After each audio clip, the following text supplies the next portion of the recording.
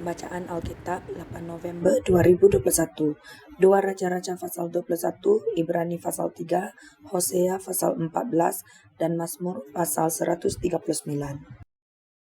2 Raja-Raja pasal 21. Manasye berumur 12 tahun pada waktu ia menjadi raja dan 55 tahun lamanya ia memerintah di Yerusalem. Nama ibunya ialah Hepzibah. Ia melakukan apa yang jahat di mata Tuhan, sesuai dengan perbuatan keji bangsa-bangsa yang telah dihalau Tuhan dari depan orang Israel. Ia mendirikan kembali bukit-bukit pengorbanan yang telah dimusnahkan oleh Hizkia ayahnya. Ia membangun mesbah-mesbah untuk Baal, membuat patung Asyera seperti yang dilakukan Ahab, Raja Israel, dan sujud menyembah kepada segenap tentera langit dan beribadah kepadanya. Ia mendirikan mesbah-mesbah di rumah Tuhan, walaupun sehubungan dengan rumah itu Tuhan telah berfirman, "Di Yerusalem aku akan menaruh namaku."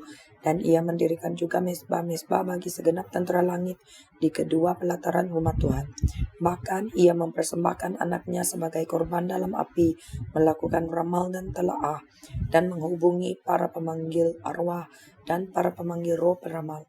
Ia melakukan banyak yang jahat di mata Tuhan, sehingga ia menimbulkan sakit hatinya. Ia menaruh juga patung Asyera yang telah dibuatnya dalam rumah. Walaupun sehubungan dengan rumah itu, Tuhan telah berfirman kepada Daud dan kepada Salomo, anaknya, "Dalam rumah ini dan di Yerusalem yang telah kupilih dari antara segala suku Israel, aku akan menaruh namaku untuk selama-lamanya.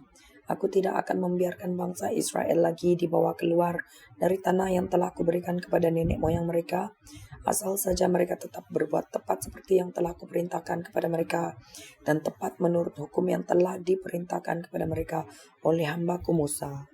Tetapi mereka tidak mau mendengarkan, dan Manasye menyesatkan mereka, sehingga mereka melakukan yang jahat lebih daripada bangsa-bangsa yang telah dipunahkan Tuhan dari hadapan orang Israel. Kemudian berfirmanlah Tuhan dengan perantaraan para hambanya, yakni para nabi. Oleh karena Manasye, Raja Yahuda telah melakukan kekejian-kekejian ini, berbuat jahat lebih daripada segala yang telah dilakukan oleh orang Amori yang mendahului dia, dan dengan berhala-berhalanya ia telah mengakibatkan orang Yahuda berdosa pula. Sebab itu beginilah firman Tuhan Yahweh Israel, "Sesungguhnya aku akan mendatangkan malapetaka atas Yerusalem dan Yahuda, sehingga setiap orang yang mendengarnya akan bising kedua telinganya. Dan aku akan merentangkan atas Yerusalem tali pengukur sama seperti atas Samaria, dan tali unting-unting sama seperti atas keluarga Ahab. Dan aku akan menghapuskan Yerusalem seperti orang menghapus pinggan, yakni habis dihapus, dibalikan pula menungging. Aku akan membuangkan sisa milik pusakaku dan akan menyerahkan mereka ke dalam tangan musuh-musuh mereka, sehingga mereka menjadi jarahan dan menjadi rampasan bagi semua musuh mereka. Oleh karena mereka telah melakukan apa yang jahat di mataku, dan dengan demikian mereka menimbulkan sakit hatiku, mulai dari hari nenek moyang mereka keluar dari Mesir sampai hari ini. Lagi pula Manasye mencurahkan darah orang yang tidak bersalah sedemikian banyak, hingga dipenuhinya Yerusalem dari ujung ke ujung, belum termasuk dosa-dosanya yang mengakibatkan orang Yahuda berdosa pula dengan berbuat apa yang jahat di mata Tuhan. Selebihnya dari riwayat Manasye, segala yang dilakukannya dan dosa-dosa yang diperbuatnya, bukankah semuanya itu tertulis dalam kitab sejarah Raja-Raja Yahuda? Kemudian Manasye mendapat perhentian bersama-sama dengan nenek moyangnya, dan ia dikuburkan di taman istananya, di Taman Uza. Maka Amon anaknya menjadi raja menggantikan dia. Amon berumur 22 tahun pada waktu ia menjadi raja, dan 2 tahun lamanya ia memerintah di Yerusalem. Nama ibunya ialah Mesulemet binti Harus dari Yotba. Ia melakukan apa yang jahat di mata Tuhan seperti yang telah dilakukan Manasye ayahnya. Ia hidup sama seperti ayahnya dahulu, sambil beribadah kepada berhala-berhala yang disembah oleh ayahnya, dan sujud menyembah kepada mereka. Ia meninggalkan Tuhan, Yahweh nenek moyangnya, dan tidak hidup menurut kehendak Tuhan. Dan pegawai-pegawai Amon mengadakan persepakatan melawan dia dan membunuh raja di istananya. Tetapi rakyat negeri itu membunuh semua orang yang mengadakan persepakatan melawan Raja Amon, dan rakyat negeri itu mengangkat Yosia, anaknya, menjadi raja menggantikan dia. Selebihnya dari riwayat Amon, apa yang dilakukannya, bukankah semuanya itu tertulis dalam kitab sejarah Raja-Raja Yahuda? Kemudian ia dikuburkan dalam kuburnya di Taman Uza. Maka Yosia anaknya menjadi raja menggantikan dia. Ibrani pasal 3. Sebab itu, hai saudara-saudara yang kudus, yang mendapat bagian dalam panggilan syurgawi, pandanglah kepada Rasul dan Imam besar yang kita akui, yaitu Yesus, yang setia kepada Dia yang telah menetapkannya, sebagaimana Musa pun setia dalam segenap rumahnya.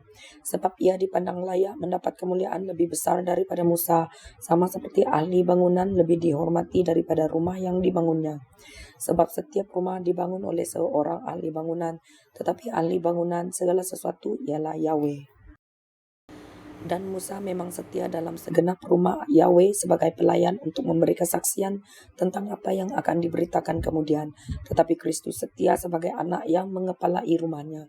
Dan rumahnya ialah kita, jika kita sampai kepada akhirnya teguh berpegang pada kepercayaan dan pengharapan yang kita megahkan.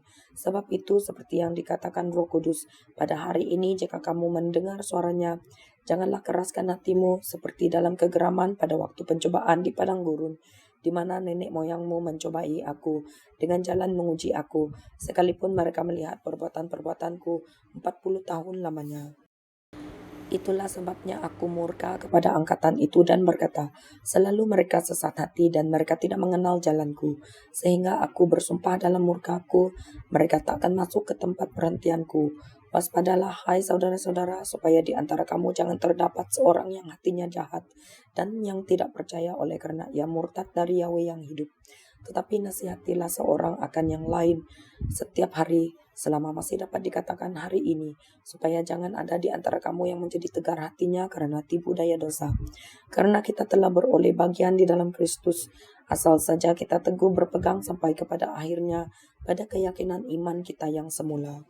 Tetapi apabila pernah dikatakan, pada hari ini jika kamu mendengar suaranya, janganlah keraskan hatimu seperti dalam kegeraman. Siapakah mereka yang membangkitkan amarah Yahweh, sekalipun mereka mendengar suaranya? Bukankah mereka semua yang keluar dari Mesir di bawah pimpinan Musa? Dan siapakah yang ia murkai 40 tahun lamanya? Bukankah mereka yang berbuat dosa dan yang mayatnya berkelimpangan di padang gurun? Dan siapakah yang telah ia sumpahi bahwa mereka takkan masuk ke tempat perhentiannya? Bukankah mereka yang tidak taat? Demikianlah kita lihat bahwa mereka tidak dapat masuk oleh karena ketidakpercayaan mereka. Hosea pasal 14. Bertobatlah hai Israel kepada Tuhan Yahwehmu, sebab engkau telah tergelincir karena kesalahanmu. Bawalah sertamu kata-kata penyesalan dan bertobatlah kepada Tuhan. Katakanlah kepadanya, ampunilah segala kesalahan sehingga kami mendapat yang baik, maka kami akan mempersembahkan pengakuan kami. Asyur tidak dapat menyelamatkan kami. Kami tidak mau mengendarai kuda, dan kami tidak akan berkata lagi, ya Yahweh kami, kepada buatan tangan kami, karena engkau menyayangi anak yatim. Aku akan memulihkan mereka dari penyelewengan, aku akan mengasihi mereka dengan sukarela, sebab murkaku telah surut daripada mereka. Aku akan seperti embun bagi Israel, maka ia akan berbunga seperti bunga bakung, dan akan menjulurkan akar-akarnya seperti pohon hawar. Ranting-rantingnya akan merambak, semaraknya akan seperti pohon zaitun, dan berbau harum seperti yang di Libanon. Mereka akan kembali dan diam dalam naunganku, dan tumbuh seperti gandum. Mereka akan berkembang seperti pohon anggur, yang temasyur seperti anggur Libanon. Efraim, apakah lagi sangkut pautku dengan berhala-berhala? Akulah yang menjawab dan memperhatikan engkau. Aku ini seperti pohon sanobar yang menghijau, daripadaku engkau mendapat buah. Siapa yang bijaksana, biarlah ia memahami semuanya ini. Siapa yang paham, biarlah ia mengetahuinya. Sebab jalan-jalan Tuhan adalah lurus, dan orang benar menempuhnya. Tetapi pemberontak tergelincir di situ. Mazmur pasal 139. Untuk pemimpin biduan Mazmur Daud. Tuhan, engkau menyelidiki dan mengenal aku. Engkau mengetahui kalau aku duduk atau berdiri. Engkau mengerti pikiranku dari jauh. Engkau memeriksa aku kalau aku berjalan dan berbaring. Segala jalanku kau maklumi. Sebab sebelum lidahku mengeluarkan perkataan, sesungguhnya semuanya telah kau ketahui, ya Tuhan. Dari belakang dan dari depan engkau mengurung aku, dan engkau menaruh tanganmu ke atasku. Terlalu ajaib bagiku pengetahuan itu, terlalu tinggi, tidak sanggup aku mencapainya. Kemana aku dapat pergi menjauhi rohmu? Kemana aku dapat lari dari hadapanmu? Jika aku mendaki ke langit, Engkau di sana. Jika aku menaruh tempat tidurku di dunia orang mati, di situ pun Engkau. Jika aku terbang dengan sayap fajar dan membuat kediaman di ujung laut, juga di sana tanganmu akan menuntun aku, dan tangan kananmu memegang aku.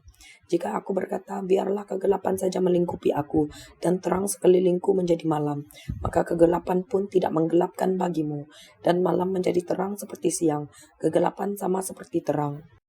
Sebab Engkaulah yang membentuk buah pinggangku, menenun aku dalam kandungan ibuku. Aku bersyukur kepadamu oleh kerana kejadianku dahsyat dan ajaib. Ajaib apa yang kau buat dan jiwaku benar-benar menyadarinya. Tulang-tulangku tidak terlindung bagimu ketika aku dijadikan di tempat yang tersembunyi dan aku direkam di bagian-bagian bumi yang paling bawah.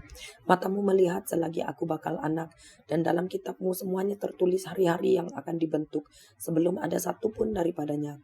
Dan bagiku betapa sulitnya pikiranmu ya Yahweh, betapa besar jumlahnya. Jika aku mau menghitungnya, itu lebih banyak daripada pasir. Apabila aku berhenti, masih saja aku bersama-sama Engkau. Sekiranya Engkau mematikan orang fasik, ya Yahweh, sehingga menjauh daripadaku penumpah-penumpah darah yang berkata-kata dusta terhadap Engkau dan melawan Engkau dengan sia-sia. Masakan aku tidak membenci orang-orang yang membenci Engkau, ya Tuhan, dan tidak merasa jemu kepada orang-orang yang bangkit melawan Engkau? Aku sama sekali membenci mereka, mereka menjadi musuhku. Selidikilah aku, ya Yahweh, dan kenalah hatiku. Ujilah aku dan kenalah pikiran-pikiranku. Lihatlah apakah jalanku serong, dan tuntunlah aku di jalan yang kekal.